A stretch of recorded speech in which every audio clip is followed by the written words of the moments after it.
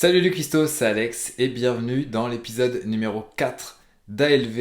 Et aujourd'hui, on va parler d'une interview de Matt Mullenweg, le cofondateur de WordPress, qui est aussi PDG de la société Automattic qui édite WordPress.com, WooCommerce, mais aussi Tumblr. Enfin, j'ai fait une vidéo pour ça, pour essayer de démêler un petit peu ce sac de nœuds.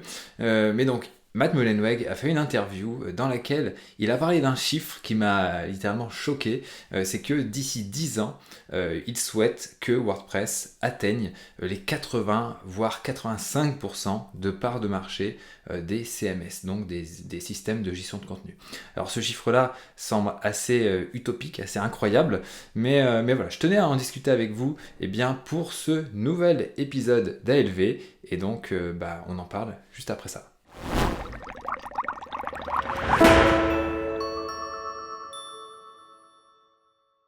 Alors avant de revenir sur cet objectif de 80-85% de part de marché, j'aimerais revenir sur la boisson de l'épisode 3. Malheureusement, personne n'a trouvé. Alors je vais vous donner la réponse.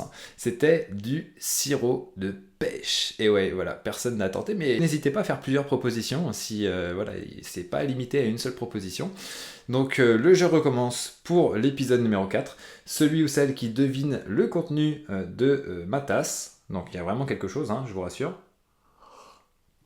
Donc voilà, la personne qui devine le contenu de cette tasse remporte la formation de son choix sur le chaudron. Donc ça peut être maîtriser Elementor, ça peut être devenir freelance WordPress accompli, ça peut être relooker son thème, ça peut être aussi la formation SEO, donc enfin visible grâce au référencement qui arrive très bientôt. La première partie va bientôt sortir. Donc là, il y a les 3 premiers modules qui sont tournés. Je suis en train de finaliser les scripts des 3 modules suivants. Donc voilà, la partie 1, c'est 6 modules, ça arrive très très vite. Mais voilà, il faut mettre ce qu'il faut pour que la formation soit de qualité. Enfin bref, vous connaissez les règles. Le premier qui devine ce qu'il y a là-dedans gagne la formation de son choix. Maintenant, on revient à notre sujet. Donc, 85% de part de marché pour WordPress d'ici 10 ans. Est-ce que c'est vraiment sérieux? Parce que ça me semble vraiment incroyable. Il y a quelques années, quand Matt parlait d'atteindre les 50% de part de marché, ça me paraissait vraiment fou aussi, carrément utopique. Et pourtant, aujourd'hui, on est quand même à 43%, donc ça progresse grosso modo de 1% par an, même si ce chiffre quand même a tendance à ralentir, voire à stagner. Donc voilà, il y a quand même des doutes à émettre quant à cet objectif de 85%. C'est bien d'avoir des objectifs ambitieux, je suis bien placé pour le savoir, mais comme je me suis un petit peu trompé, on va dire, pour les 50%, enfin on n'y est pas encore, mais on y arrive, je me dis que voilà, Matt a certainement de bonnes raisons de penser qu'il y a moyen d'arriver à ces 80-85% de part de marché. Donc je pense que ça va se réaliser, mais ça me semble quand même assez étonnant, même si voilà, il y a de quoi faire vraiment en 10 ans. Donc comme je vous le disais, c'est vrai que la croissance de WordPress a tendance à stagner. Il y a eu quand même un pic pendant le Covid avec les confinements, etc. Beaucoup de gens ont créé des sites, mais là ça a tendance à se tasser un petit peu, d'autant qu'il y a de la concurrence. Il y a tous les Wix, les Webflow, les Weebly, les Shopify même pour le côté e-commerce qui grattent des parts de marché au fil du temps. Voilà, WordPress doit, on va dire, s'adapter pour être, on va dire, compétitif par rapport à ces autres solutions. C'est d'ailleurs pour ça qu'il y a Gutenberg qui se développe, qu'il est possible désormais de faire de plus en plus de choses dans WordPress sans être un développeur. Et ça, c'est très bien parce que ça va permettre d'attirer de nouveaux utilisateurs. WordPress a aussi d'autres qualités. Déjà, il est gratuit, n'importe qui peut l'utiliser pour créer un site. L'autre avantage de WordPress par rapport à ses concurrents, c'est qu'il est open source, c'est-à-dire que n'importe qui peut contribuer, peut apporter des modifications, des améliorations pour le rendre meilleur, tout simplement. Donc que ce soit dans le cœur de WordPress, mais aussi au niveau des thèmes, des extensions, des traductions, aussi de la documentation, c'est important, ça peut aider. Donc voilà, il y a des contributeurs, des milliers, je ne sais pas s'il y a des millions, mais en tout cas voilà, des dizaines de milliers de contributeurs qui, de par le monde, font des choses pour améliorer WordPress. Et ça, malgré les budgets énormes de Shopify et de ses concurrents, etc., c'est difficile de lutter contre cette machine-là, si vous voulez. C'est un train qu'on peut difficilement stopper. D'ailleurs, en parlant de train, parlons des locomotives qui poussent la croissance de WordPress. Quelles sont-elles exactement? On a donc les installations, tout ce qui est WordPress.org, ce qu'on installe sur un serveur, ce que vous pouvez installer chez O2Switch, et ce que on installe, on va dire, majoritairement, si vous regardez cette vidéo. On a aussi WordPress.com, qui est la plateforme d'hébergement donc, qui est proposée par Automattic, mais qui propose du WordPress, d'où le nom. Donc ça c'est un gros moteur de croissance aussi pour Automattic. Alors je n'ai pas les chiffres exacts, mais voilà, il y a quand même beaucoup de sites qui sont créés sur cette plateforme. On a aussi WooCommerce qui pousse au développement de WordPress, parce que si vous installez un WooCommerce, automatiquement vous avez un WordPress. Et on a aussi Elementor, le constructeur de pages, qui a pas mal poussé aussi à la croissance de WordPress. Il y a Just de Volk, le fondateur de Yoast SEO, qui a fait un article là-dessus, qui a montré que voilà, Elementor poussait la croissance de WordPress et que sans Elementor, la croissance serait plus faible. C'est-à-dire que des gens viennent à WordPress grâce à Elementor et pas le contraire, décident d'utiliser WordPress et puis choisissent Elementor. Non, c'est parce que Elementor a fait tout un travail d'évangélisation, de développement de son produit, de son offre, que des gens viennent à WordPress grâce à Elementor. Et puis au final, on peut élargir ça à tous les éditeurs de thèmes et d'extensions par leur communication. Si un thème marche bien, ça va pousser à l'utilisation de WordPress.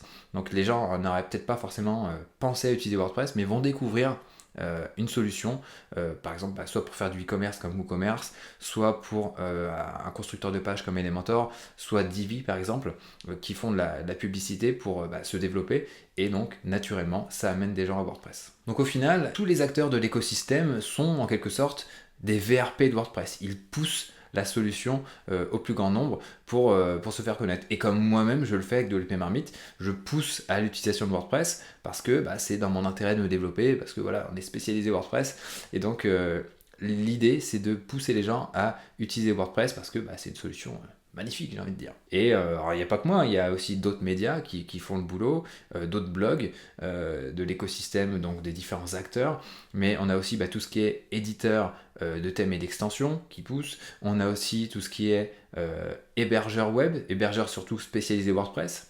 On a aussi tout ce qui est agences et freelance qui choisissent WordPress pour créer les sites de leurs clients. Tout ça, ça fait une émulsion, ça fait une dynamique qui, même s'il y a une certaine stagnation, il y a quand même un gros volume de sites sous WordPress qui est créé chaque jour. Donc au final, notre intérêt commun, c'est de développer WordPress, de faire en sorte que ce soit une solution pérenne sur laquelle on peut construire, et que on se dise pas ça va être abandonné du jour au lendemain. C'est souvent ça le danger avec des projets open source.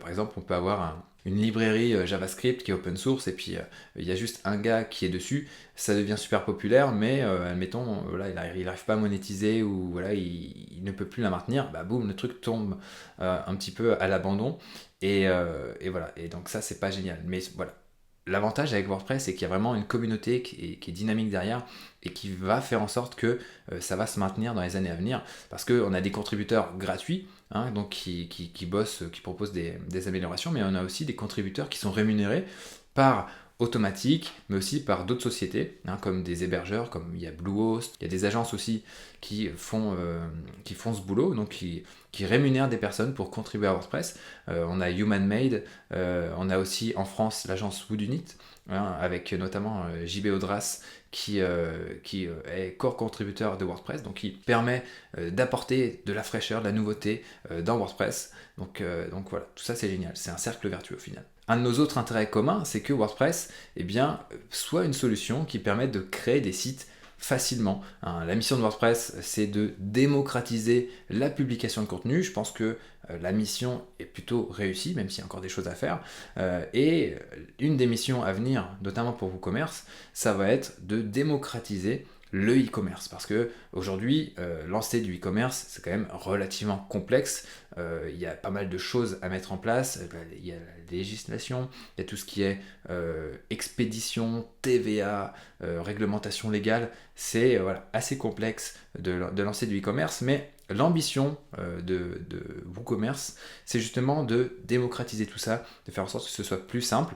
Donc on va voir comment ça va évoluer dans les années à venir. Shopify a fait un super boulot là-dessus pour simplifier le e-commerce, et donc WooCommerce doit suivre la même voie et être une alternative open source comme les WordPress pour les autres systèmes de gestion de contenu. En tout cas, je trouve que c'est très bien d'avoir des solutions open source. Ça permet vraiment de faire ce qu'on veut et de ne pas être dépendant d'une plateforme qui peut nous virer le jour où on ne lui plaît plus. Par les temps qui courent, je trouve que c'est vraiment important d'avoir des solutions open source performantes. Alors revenons à cette histoire d'objectif de 85%, est-ce que c'est vraiment crédible?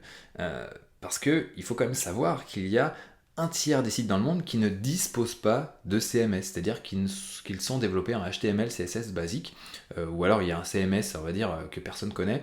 Voilà, en tout cas, pas de CMS identifié sur ces sites-là. Donc ça fait quand même un paquet de sites, 33% des sites dans le monde qui ne possèdent pas de CMS. Voilà.